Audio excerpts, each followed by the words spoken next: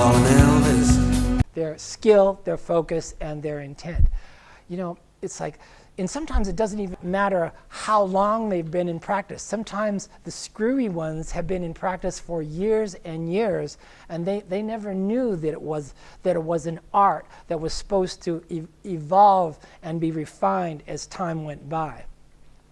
I'm just really encouraged and heartened. I get really depressed being in so many places in the States with the future of chiropractic. But I mean, I just came from Barcelona, I came from Edinburgh, and now here. And first of all, Barcelona is hands down the best school in the world. If you know anybody who is a young person who wants to go to chiropractic school and get it from the beginning, that's the place to send them. They'll work out their accreditation problem eventually, whatever, but that's where real chiropractors are coming from, that place. And then the crowd we had in Edinburgh and the crowds that we have here, I mean, the competence level in this room compared to what we get all the time in the States, and Tim will tell you the same thing. I mean, I'm really impressed. And the irony of that whole thing is that your schools, what that means is that somehow you guys have surmounted that obstacle that you have against you guys knowing what you have somehow learned, which is the power, limitless power of the adjustment. You've learned that, how valuable and important it is, and number two, you have learned how to get, first of all, entry-level proficiency, and the people in this room, you've learned how to have considerable proficiency. Now, see, that remains a mystery to me. I don't know. So there's however many people in this room, there are stories. So if I had like a 1-hour interview with all of you, I might get some insight in that. But what that means is you sure as hell didn't get it in school. So that means you knew somebody. So you have to witness this with your own eyes. You have to see somebody at a very high level of confidence and skill doing an adjustment without hurting people, and somebody really good. You have to observe that, or you have to be guided into that somehow. So what I discovered is some people are lucky enough to be born into it, to be into a family like that, or else to be in a town like that where there's somebody that powerful. Other times, all it takes is one encounter with a master or a true proficient of chiropractic. And not only can it change your life and your physical well-being because it's a great adjustment, but it turns on a light. It opens the door to a whole world of awareness that you never had before. My God, there exists a healing art this powerful and this simple. So sometimes that's all it takes, that epiphany moment for people to get. So in the setup, we have learned that the most important thing about the setup is that we don't create new trauma. We don't create new trauma. We're not ham-fisted. We're not too heavy. We're as light as possible. We make sure that all the joint play is taken out before we make the adjustment. So that most of you know that. Okay. Now, a lot of chiropractors, both in the United States and in here, are kind of, they have an inferiority complex. Well, I'm not a medical doctor. I'm only a chiropractor, and everybody knows that chiropractors are guys who couldn't get into medical school. But they got into chiropractic school, so that's what they do now. They say, well, I never learned the value of the adjustment. I don't get adjusted. I never learned how to adjust. I'm starving to death. You know, I'm failing in my profession. Maybe if they give us permission to write scripts, maybe I'll survive and be like a real doctor. There's a whole group of people in the States who think like that. So problem with that is, do you think the medical doctors who refer patients to your office, do you think that's the kind of chiropractor that they want to refer their patients to? No, they don't want a version of something that already failed, like shake and bake and drugs, pain meds and shake and bake, you know, PT. They don't want that. They want what BJ invented, the original traditional chiropractic. Some people call it principled chiropractic. Some people call it, what's the new word? Vitalistic chiropractic. I call it traditional chiropractic, bone-moving chiropractic. x-ray the spine, find out which bones are out of place and put them back in place, restore the life to the body. So one of my really good friends in Southern California, like 2 weeks ago, was in this 5-car accident, okay? Those are 2 of the 5 cars in the accident. His brand new Lexus was totaled, right? And so he calls me up and he goes, oh man, he goes, I mean, this guy already had a problem. He's like the head of radiology at one of the biggest teaching hospitals in Southern California. And he goes, so he already had a chronic back problem because he does interventional radiology, you know, and he wears this freaking lead shield in front, you know, and he's always leaning over doing these long procedures that take hours and hours. So he's got this chronic lumbosacral problem. It's splinted up like it's iron across there all the time. So he already had that. Now in this particular accident, he had the double whiplash where he was hit from behind, went back, and just as he was coming forward, got hit from the front again. So then he had the whole double recoil. So he's messed up. And incredible edema in the neck. He can't work, you know. And he goes, so I go to my lawyer, and he refers me to these chiropractors who are going to do shake and bake and Swedish touchy-feely massage and whatever. He goes, I don't need that. I need a chiropractor to x-ray me and to line my spine back up. Now that's a medical doctor saying that. In the United States, half the chiropractors couldn't say something that intelligent because I'm serious, because they don't believe it. They don't know about it and they don't believe in it.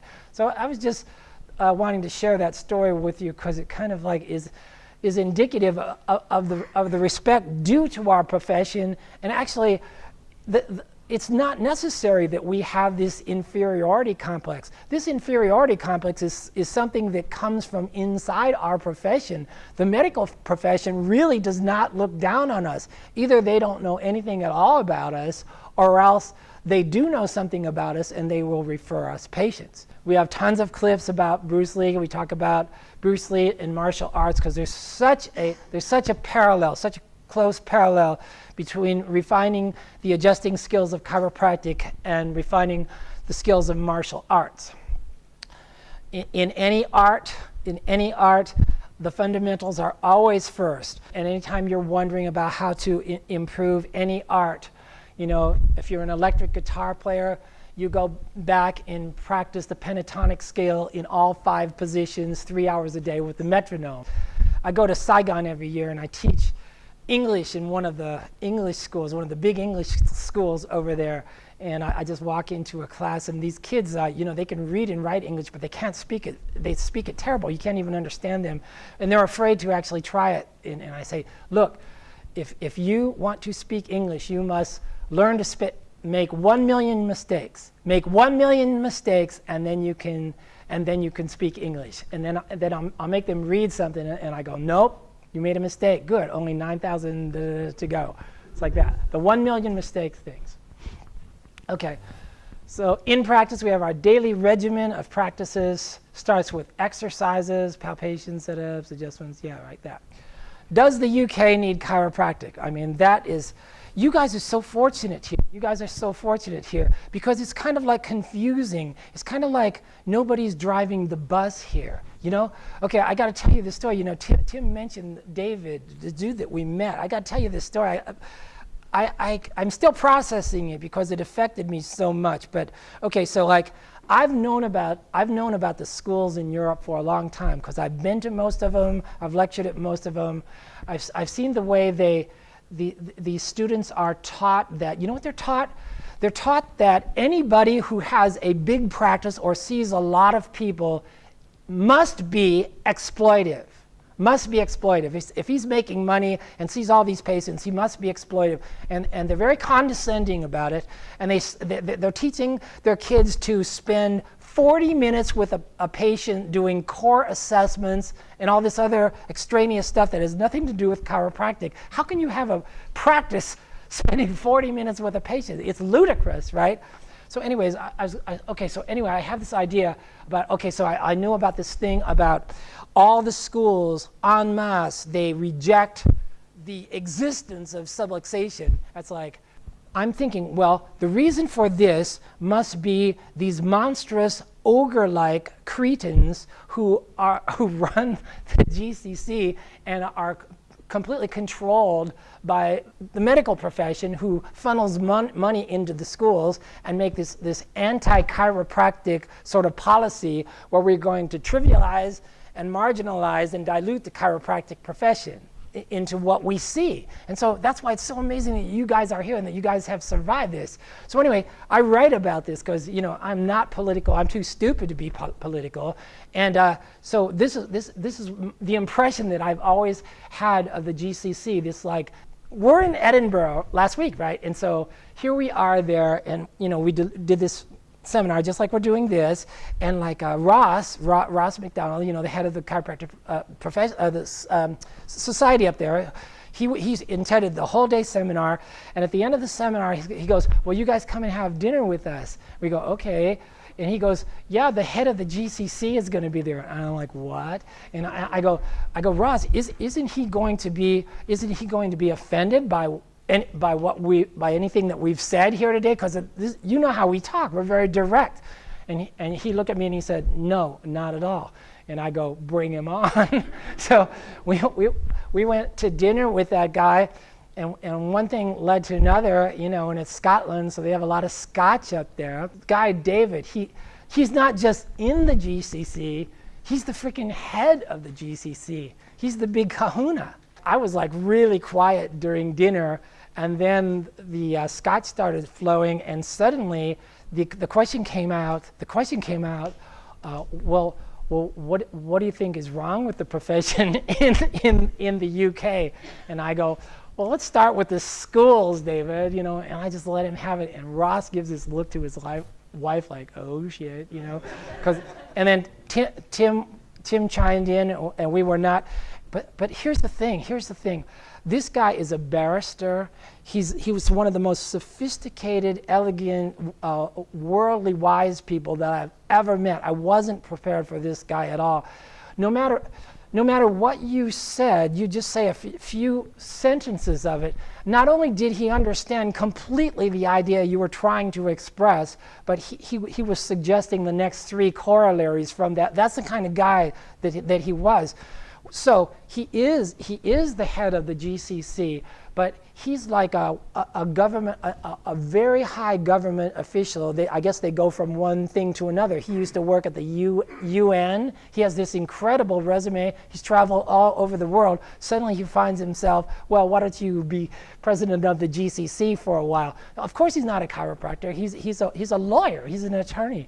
But when we started telling him not only what were the problems with our profession, how I don't mind so much that the kids in schools are not being told what are not being told how to adjust. That's one thing. Okay, they're not being told about subluxation and how to learn to adjust. I'm talking about the antipathy toward that they attack that you shouldn't even consider that. First of all, subluxation does not exist. You shouldn't learn to adjust because you're going to hurt people and all this stuff. So, you know, we're telling him that, and this guy, he knew nothing about chiropractic. He really knew nothing about chiropractic, but he was very interested, and I think we're the first source of information that he got that chiropractic, first of all, what it was, and also what are the problems. So, I mean, I'm just saying, I was so surprised.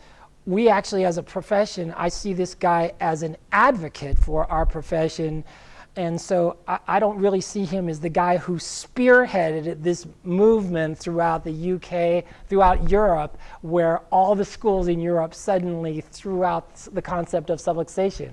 You know, that just, there was a major disconnect. So that's my 2 cents about David. He's an approachable guy. He's a reasonable guy. If you guys can get to him, I'm telling you, my opinion is Ross McDonald is a pivotal person in the future of chiropractic, not only in the UK, but in Europe. And this is coming from some moron like me who knows nothing about politics. How much chronic pain in the world? How many unnecessary drugs? How much surgery? How much diminished life is there in the world today? Because nobody told people about chiropractic. I mean, Just think of all the people you know or your friends, they start telling you the story of either their family or friends, and they've been through these horrific experiences where the original problem could have been solved or corrected completely by chiropractic, but they had bad advice and they went to the orthopod, started doing drugs, and then they did some minor surgical procedure which had complications leading to a major surgical procedure that then had permanent debilitating consequences. Don't we all know stories like that? And that is because, why is that? Because nobody told them at the beginning about the power of chiropractic. Very often it was the chiropractor himself who was too timid and unsure of himself to tell him about chiropractic. I always say this: who else will set them free? All these people, you hear these stories of tragedy, these unnecessary tragedies that never had to happen because nobody told them. Who will set them free? You go to schools and you see children on the playground and they're running, but they're running distorted. There's something off about the way they run. And you know, for a child, it's just a very simple analysis and adjustment to correct it. And nobody's doing it. Nobody's telling them about it. They say, oh, he'll grow out of it. That's what they say. He'll grow out of it. It's the opposite. He'll grow into it, and it becomes permanent. Okay, so that's my harangue for today, right? Clarence said that this was one of the most powerful moves in chiropractic, the occipital lift. So I'm going to start out with this. Now, you're going to get three different approaches to this, the idea of the occipital lift. The way I'm going to demonstrate it, the way Tim's going to demonstrate it, and the way my friend who was taught by Virgil Crane, the way he was taught. It's extremely difficult to adjust the atlas, even if the atlas is subluxated, if the entire occiput is jammed down onto it. And there's this basilar invagination to whatever degree.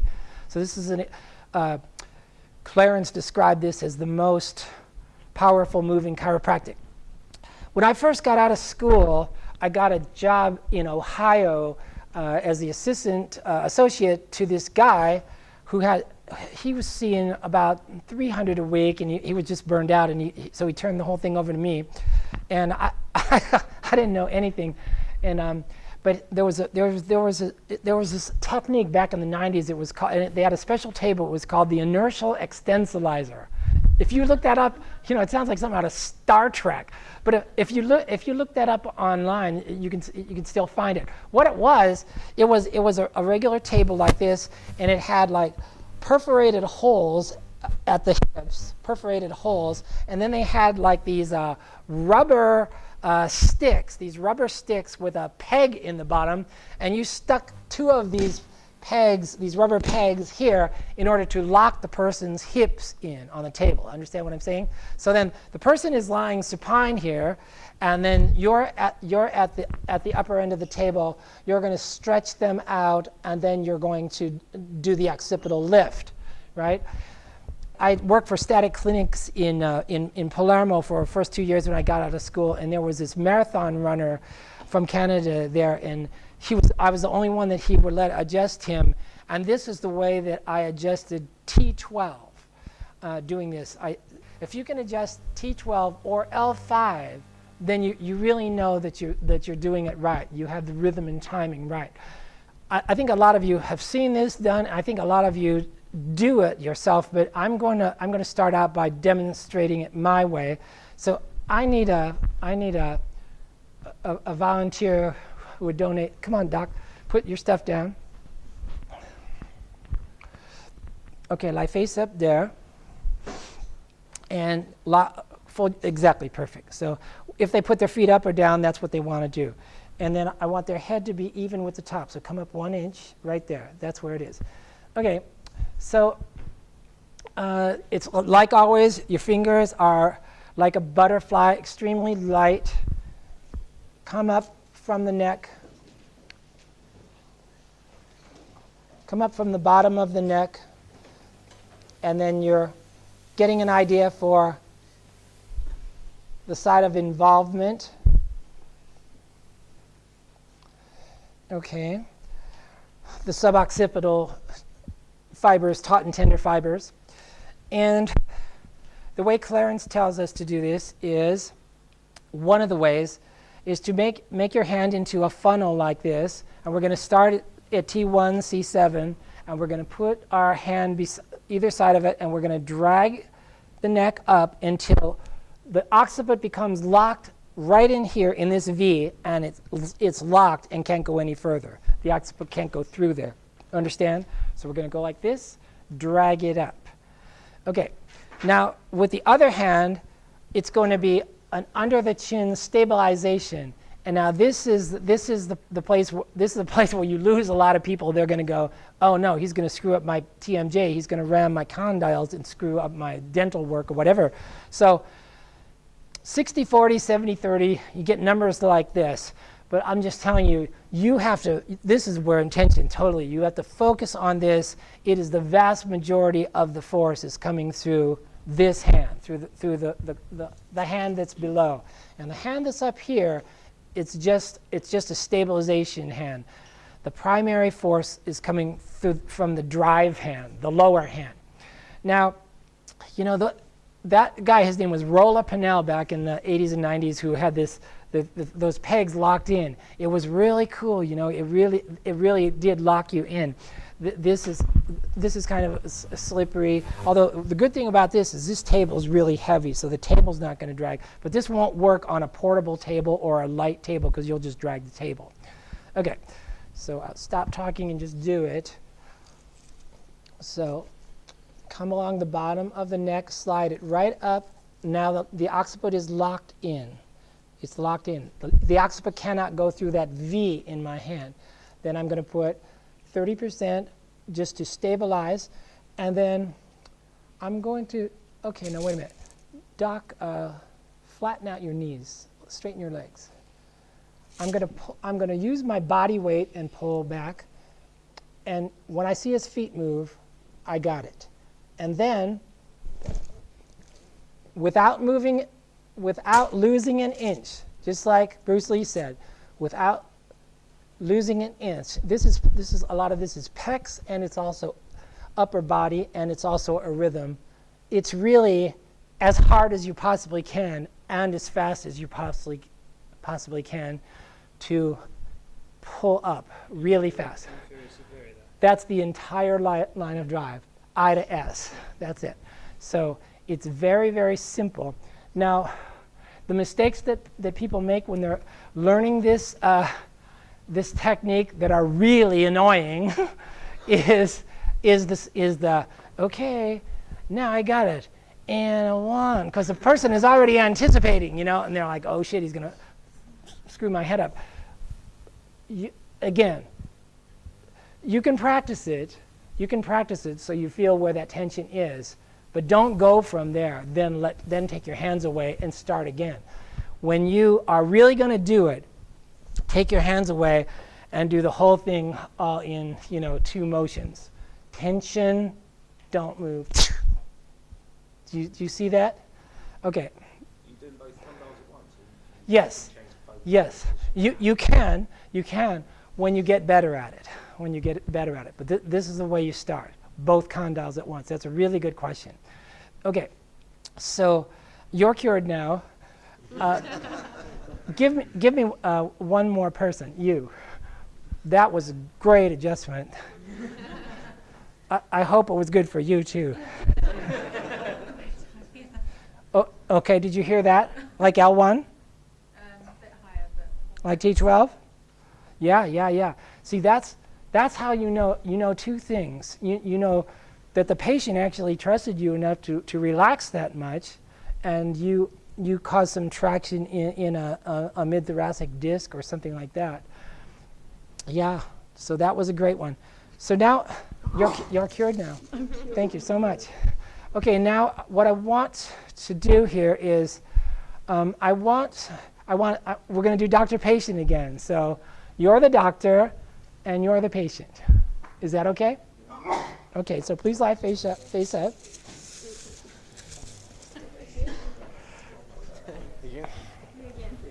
Now clear her hair out of the way so you don't pull her hair.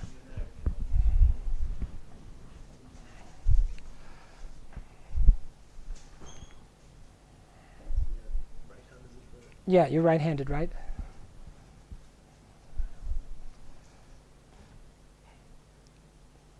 And so, and remember, now stand up before you do this. And get your balance.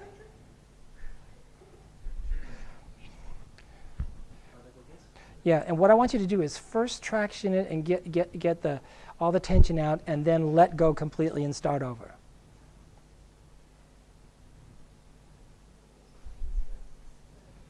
Wow, that's great. Okay, now put your hand under the chin, and the more toward the walrus species they are, the more difficult it is. Okay, this is a thing I always do. Okay, go. Now first you're gonna practice taking him to tension, and then you're gonna let go completely before you do it. And remember, 30% under the chin, 70% under the occiput. Excellent. Okay, now let go. Okay, now my friend, how did that feel? Okay, it wasn't annoying? No. Okay. Okay, now this time, once you get to that place, don't even think of losing a millimeter, and then go for it 100%. It's called bloody hell. Okay, the thing about that is, I don't imagine that really worked, because you didn't have the translation, you didn't have the extent. You got to think that you're really going to pull it 12 inches. Okay. You're going to make him 12 inches taller. You just did a 1 or 2 inch kind of jerk thing. Mm-hmm. This is like, you know. Okay, so can he try it one more time? Okay, longer translation. Okay. Make him taller. How do you say you break a chicken's neck, Adrian? No, that's a different adjustment. That's not this one. Okay, okay. Yeah. It was the same idea, but remember, okay, that's good for your first time. It's not bad, but remember, it's more like, you know, move your whole body back and come on back. You know, you're not going to pull him back. If you pull him back 12 inches, his head's going to be right here. But you're already going to feel it release, and then you're going to let go right away. Okay, doctor. Okay, you're cured now. Okay, now you're the patient.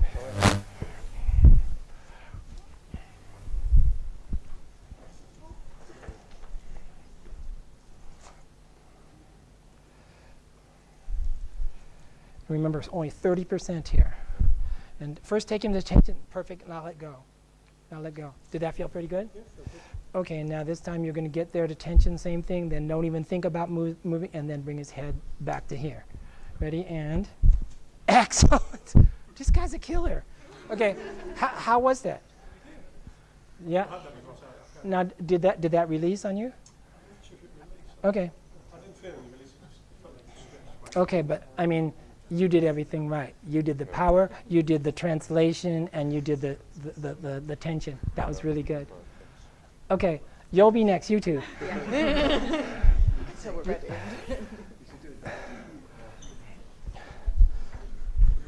Okay, so it's like this, right? Yes, that's it. And start it down at the lower neck and come up. This like that. And remember, this is only 30%. It's mostly, yeah. Now make her feet move, but just once. Lean back. Okay, stop. Okay, good. Now stop. Start all over. Start. He's too anxious. Okay, now start all over again. Start all over again. And this time you're not going to lose anything, and you're really going to go for it. Stop. No. Stop. See, no, stop. Let go. Okay, now what you did was the worst thing. Not criticizing you or anything, but see, you changed feet in the process of taking the traction. If you want to make an alteration, that's fine, but then you let go and start all over again. So everybody, please do that. Okay, go ahead. So which foot's better, the right or the left? If you're using the right. If the lower hand is right, I would say put your right foot back, because then that'll give your hand your elbow someplace to go back to. Remember, only 30% on the chin.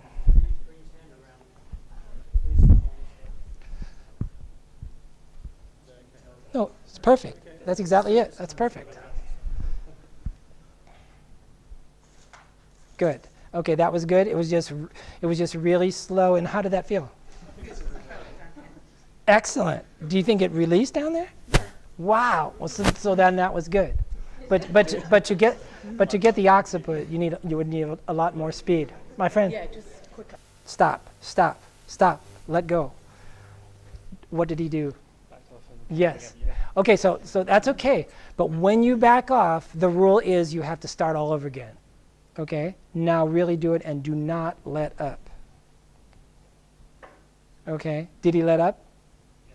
Yeah. Okay, I want you to try it one more time and do two things. Do not let up, and once you thrust, do it 100 times harder. And then 30% of that hard as you possibly can. Wow, that was really good. I heard that. That was really good. That was incredible. Wow. These guys are unbelievable. Did you see Jesus? That's good. Next victim. Oh, doctor, we need a patient. Okay. That was good.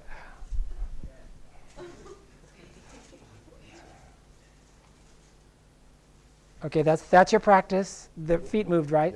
Okay, now you know. And don't lose anything.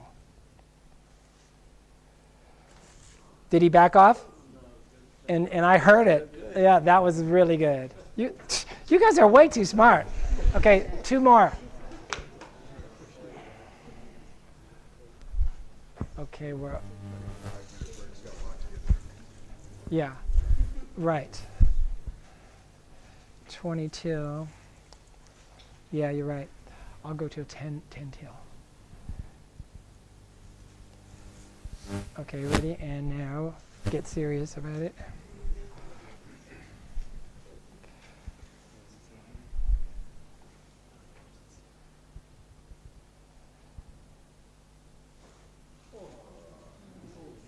Now, that was the epitome of smoothness. He didn't go at it like, Rocky Balboa, but it was very smooth, and he totally tuned into the patient. That was really something. That was finesse. That was really good.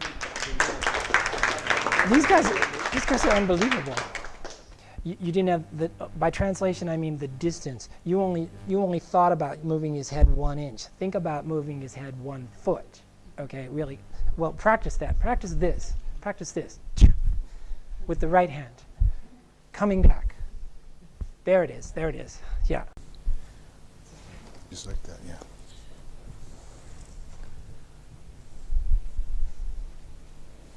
Let yourself roll on your back.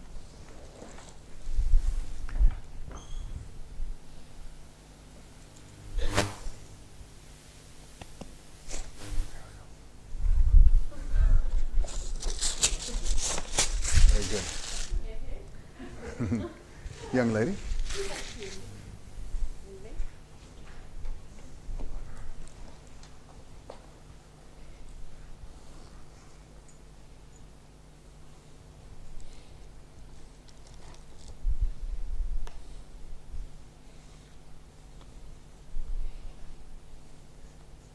You have scoliosis. Mm-hmm.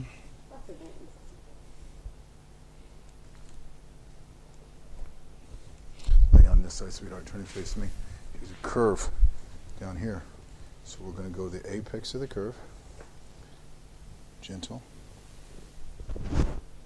Breathe for me. Thank you. On your back.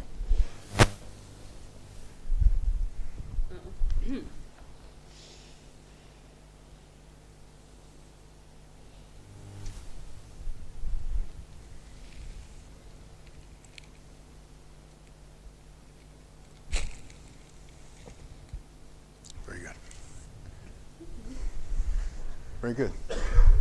And that's all there is. You guys good? Yeah. All right. Now, for you doctors, how long did that take? Is there anything that I should have done that I didn't? Okay.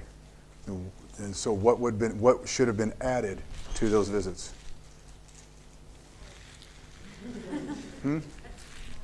A hug. I give lots of hugs. My point is, that didn't take very long, so why do we spend so much time with our patients in our office?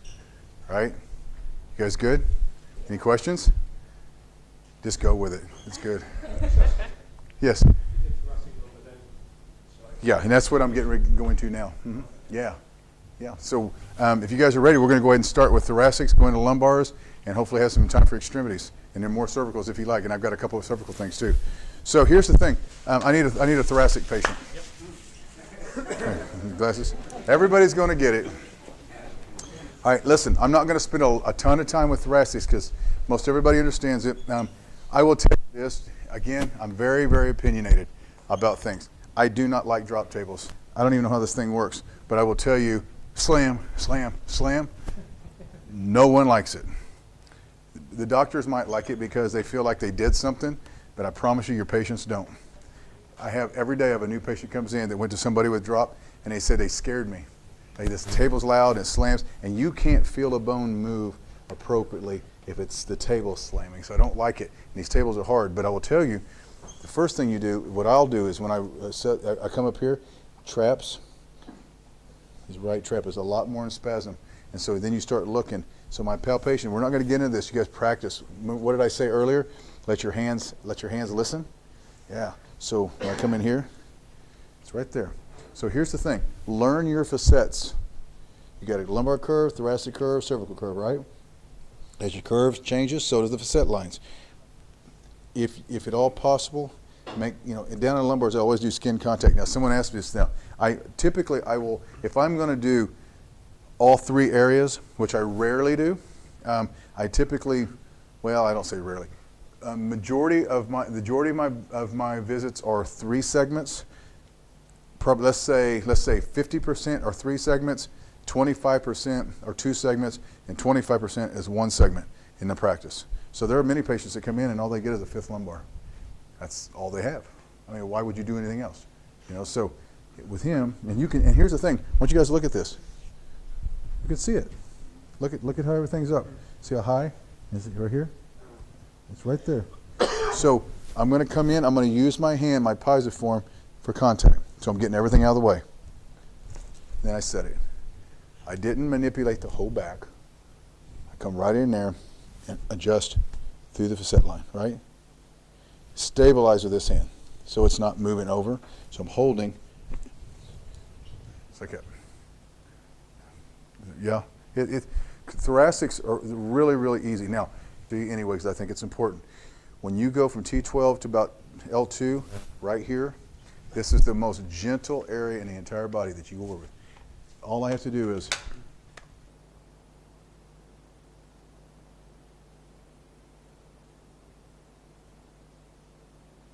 chiropractic is visualization. Picture what's happening before it happens, right? So she has a rib head right here, right there. So the ribs run this direction, right? Here. They articulate. So if this is the transverse process of let's say it's T12, and here's the rib, and it sits in like that. So when we take a deep breath, they move right here, okay? So we have this motion. Well, the rib subluxates, it just kind of comes this way. So then when it comes this way, these bones are underneath the subscapularis muscle or underneath the muscles of the nerves, and that's why a rib hurts so bad. Anybody had a rib out of place? It sucks, doesn't it? It's like having a screwdriver in your back. And you get them in your office all the time. I do. I have 20 or 30 a day. So here's what we do. Very gently, and you only get one shot at this. Here's the thing about ribs. Don't keep beating on it. If it doesn't move, tell them to put ice on it for 10, 15 minutes tonight, come back tomorrow. So I'm going to come way up underneath here, and I'm going to pull the rib back to the articulation here, okay? Right back where it belongs. So I'm holding it there. Make sense? With my fingers, I've got her all the way around. I'm holding her. I'm not rigid. I'm holding that rib, supporting the other side, and as I pull that rib in, set it. Right there. See how easy that was? And just set it. But you set it. But don't slam the whole body into her. Just set it. What is the backhand doing? Supporting. It's just holding. So if I do this, watch. If I do this, see how her whole body moves? But I've got to hold it so I can set it. Okay? Does that make sense? Yep. Any questions about thoracics? Yes? Actually taking tension. Because on the other adjustments you put on, you're putting tension in, right? There you actually. Yeah, I'm pulling tension, and you got to get skin on skin. You can't do it through the shirt. You got to get underneath there and pull that around. And if they're up here, you know, you got to kind of do it because you can kind of hook your fingers. So get in here like that and set it. But yeah, you got to hold it in and set it. That's the easiest way to do a rib, where you're not hurting them. Because the main thing about ribs, well, you know how it feels. It hurts to be adjusted too. But as soon as you set it, and they'll come in and say, "Oh, my back hurts when I take a deep breath." It's a rib. Somebody have another question? I'm sorry. Okay. Any more questions about thoracics or ribs? Like I said, most people kind of get it. The main thing is with everything we adjust, everything, just hush all this and look and pay attention and feel and get in there and feel and think about what feels good to your patient and then set it. And then here's the big thing. Once you adjust it, you're done. You're done. You're done. Anything else is a scam. After you make an adjustment, anything else that you do with that patient is a scam. You're just fluffing things up so you can charge them more money, or make you feel like you gave them their money's worth. And the number one thing I want you guys to understand is the adjustment is enough. The people that I've adjusted today, do you feel like that was probably enough? It is enough when you do it too. Okay, all the way up, sweetheart. You okay? Yep. You have questions. You didn't get to ask any. No, that was good. Do you want to see the rib on someone else? Because you didn't get to see Yeah, it. that would be good. Thank Okay. you. I need a rib. Yep, right here. I got to go back to the other side because I'm back asswards on that side. So. And some people ask me that. I always adjust from this side, but if I need to go over there, I will. I mean, I just will. So, okay. So again, so many years of doing this, it just jumps out at me. I mean, look at him. You guys see it? I mean, it's not hard. So he's got all this. He's got a train wreck going over here. Okay. It's there. Feels good, doesn't it? Okay. Where's my girl at? Oh, there you are. Sorry. Okay, so what we're doing is we're going to come all the way over here. So your ribs come here. Here's your articulation. So it sits like this. It's done that. So I'm going to keep my finger here. I'm going to pull my hand all the way, and I'll let it slip until my pisiform gets over the top of it. Hold it and set it. And now you notice what I did was when I set it, my fingers come up because I'm setting the rib right in. How'd that feel? It's wonderful, wasn't it? Yeah. And that's a rib. That's a rib. And you do them now. When you get down here in the lower ribs, you got to be careful. Don't slam. It's got to be very. It's got to be very specific. Very specific. Okay. Adjusting in. I'm adjusting it in. So what I'm doing is I'm pulling it up, over, and in. Okay. Picture it in your head. So, is it good? Are we good with thoracics? Okay. I'm sorry? Yeah, T12L1. It's just, we got a curve coming up, so I'm gonna get more of an angle like this and come that way. And that's just learning your facets. We can't learn anatomy today. We just don't have time. But that's learning your facets, okay? Okay, all the way up. Now, I need someone with a really, really bad lower back. Everybody in this room, probably. Everyone. All right, baby, you face down.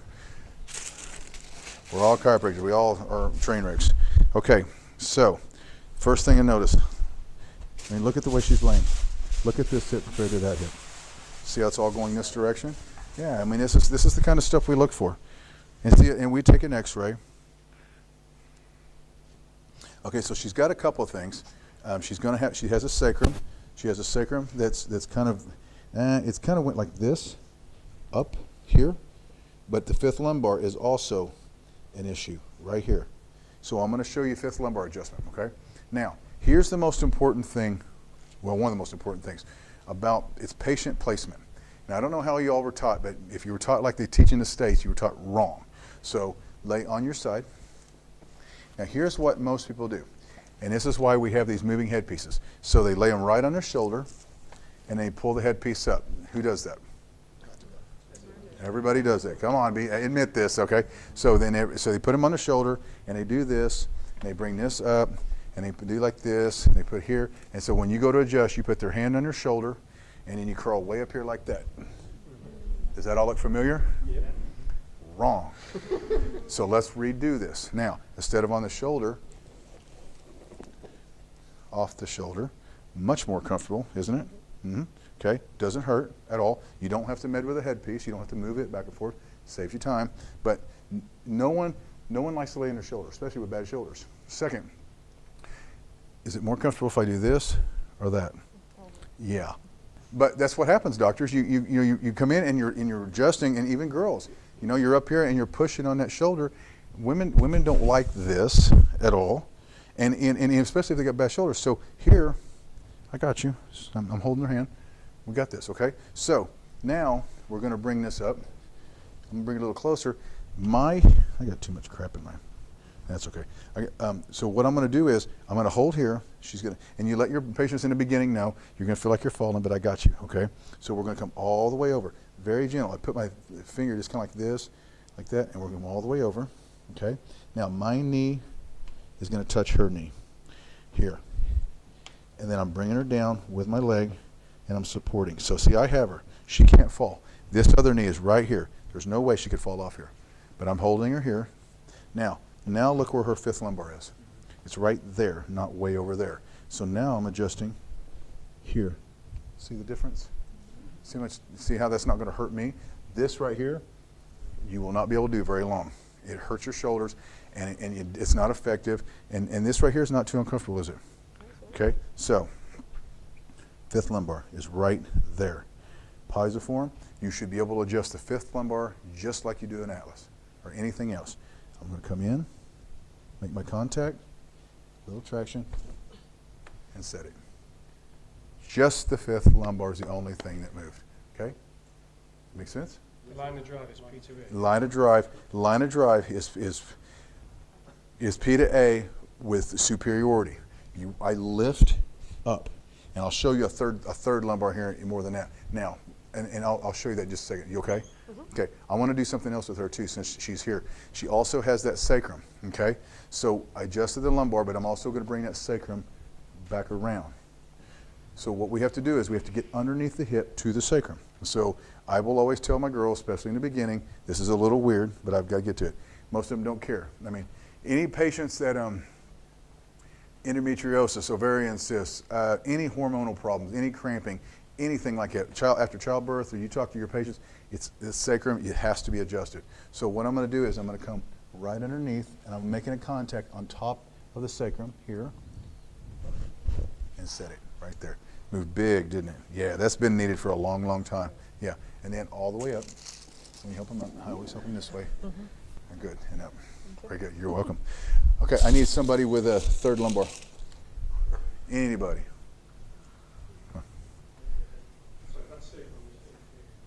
And yeah, lay face down for me. So the sacrum, so he's a triangle bone, and it's done this. I'm doing that. So I'm gonna come underneath of it and bring it right back down, right across. And here's the thing: most of your girls, it'll just it's an immediate movement. It's easy, but with you, that's been out for a long, long time. So there was a lot of restriction and adhesion in there. So you've probably injured that at one time really bad, haven't you? Yeah, I can tell. Okay, now look, you guys. See, it's not hard. You just relax. See? Yeah. See the difference? It's right there. So we have a third lumbar. So here's the difference. Most chiropractors jam the lumbars. They jam everything. They jam the shit out of stuff. What we're going to do is we're going to pick the lumbar up. I'm going to open it and set it up the spine because that disc is being squeezed. We've got all that restriction. We have all that lack of motion. I'm going to lift it up the spine. So instead of jamming it, I'm going to lift it. Okay? So lay on this side, turn and face me. And you notice how my hand never leaves my patient. I always have control. Pull him off his shoulder. Okay, not hard. Just take your time. Switch arms. So this the shoulder that he's laying on, that hand goes on top, and just tell him to hang on to your elbow for me. Okay, and then you're right here. So you've got control. Bring this leg up, straighten and hook that toe. Okay, now see where we're at. Now I'm going to come across. See how we have it? See, isn't that like a million times easier and better than crawling up on top of your patient? Where's my little girl at? Okay, I didn't crawl up on top of you, right? It's a whole lot more comfortable living. You like it better. Yeah, I promise you guys. So third lumbar, I'm coming up the spine, okay? I'm contacting, and I'm coming up the spine. Just right there. So no leg drop. Don't need to with him. So you've already. No, it's already traction. Bam, set. That set easy, didn't it? Yeah, so all the way up. Now,